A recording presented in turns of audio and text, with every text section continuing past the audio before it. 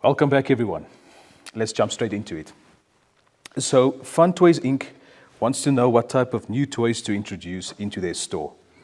They cannot decide between the Robocopter for boys or the Princess makeup set for girls.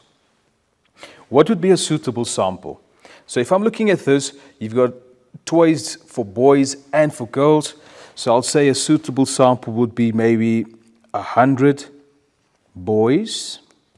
Oh, let's write that then. Boys. And 100 girls.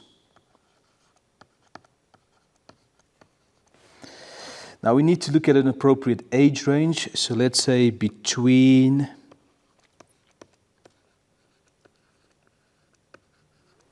the ages of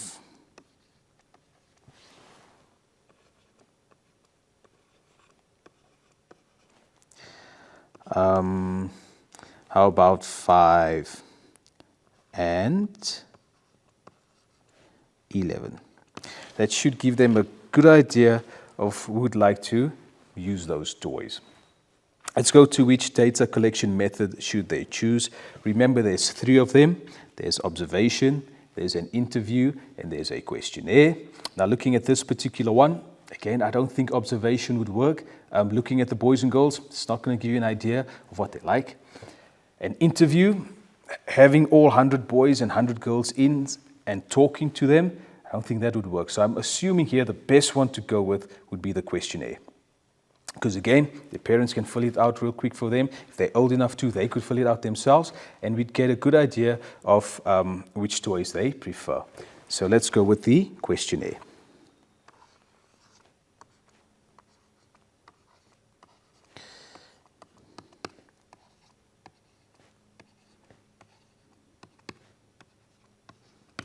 There we go. Let's do another one. Here we go. A local club decides to organize a 5-kilometer fun run to raise funds for an upcoming tour. After the event, they decide to record the ages of all participants for future use to know who ran in the race and their ages. The results are shown in the frequency table below. There you have the frequency table already completed for you. Sometimes you'll see this, they leave the tally part out because we already have the numbers with the frequency column. Read the table carefully and answer the questions that follow. All right, let's see what follows. All right, we've got the table again. How many people took part in the fun run? So, looking at the frequency column, all of these numbers, if I add all of these numbers up, I'm likely to get the total amount of people that took part in the fun run. So, my answer here is going to be 417 people ran. Let's look at another question. How many people were 51 years and older?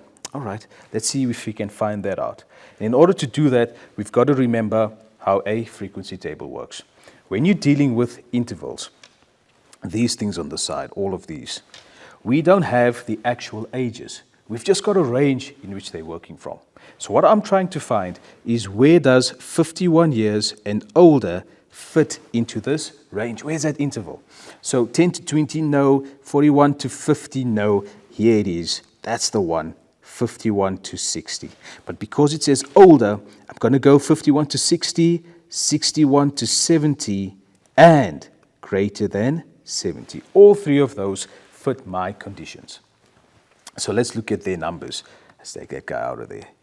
Okay, so I'm dealing with the number 98, I'm dealing with the number 10, and I'm dealing with 2. And if I add all of those up, it'll tell me the amount of people that were 51 years and older.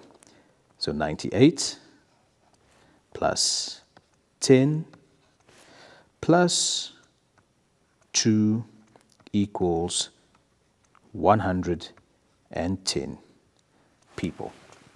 There we go. Let's try another one. Let's see what else they're asking us. Can we determine how many 20-year-olds participated? Explain your answer. Again, this links back to what we know about class intervals and frequency tables. Your class interval doesn't give you the exact amount of a particular number. It gives you a range, an interval. So looking at this now, if we're looking just for 20-year-olds, looking at that, 20-year-olds are going to fit into the first interval, but they range from 10 to 20. So those people, all 17 participants, are from the ages of 10 to 20. We cannot say exactly how many are of 20 years old. So therefore, no, there's no way of us figuring this out because of intervals. So my answer again, no. We cannot determine how many 20-year-olds participated. The explanation, because as we are given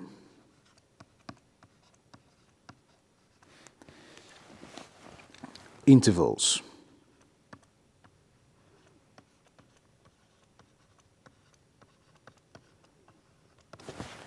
There we go. All right. Let's see what else we can do. The next question. The organizing committee decides to rent out stalls for the day. Name 2 types of items that could be sold at the stalls. So looking at this, we've always got to answer in context. And our context is a fun race. So people are running. What could they buy? They could buy water. Oh, apologize. Right, let's just get that guy out of there again. They could buy water.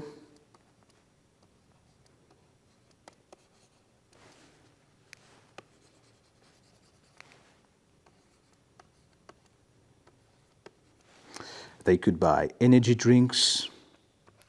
They could buy snacks, stuff like that. Energy drinks. There we go. Well on our way to succeeding. Let's carry on. Now, Sam decided to rent a stall. He wants to sell ice cream. He chooses blue, red, green, and purple as the best flavors to sell on the day. Now, what we've done here is we've used these symbols to represent the flavors. The table below shows a list of the table shows a list of ice cream sold per customer. Draw a frequency table to represent the number of ice cream flavors sold on this particular day. So if I look at it, we've got an almost completed frequency table again. Remember, in this situation, I'm not using intervals because I already have the particular flavors. There they are, blue, red, green, and purple. But I've used the symbols that they gave to us. Then what I've done is I've completed the tally part for you guys as well. And again, if you remember the tally part, if we did an example, if there is P, we would have scratched off P and gone to P, marked it off as 1 here, there it is. Gone to R, scratch off R, look where R is, there's 1, put it across, and we grouped across the line. Now the final part for us to do is that we've got to now add up the tallies to get the frequencies. Remember, this is a group of 5. So I've got 5, 6, 7, and 8. There it is. Then I've got 5, I've got 10, and 1 gives me 11. Then I have 5, another 5 makes 10, and finally 5, and 5, and 1. That's definitely 11. All right. Last part, total, the frequency column, not the tally column, the frequency column, please. And this gives me a total of 40. All right, I remind you again, please don't total the tally column. And that's it. The frequency table is completed. That's another good example done. Let's take a short break. When we get back, we'll carry on. Thank you.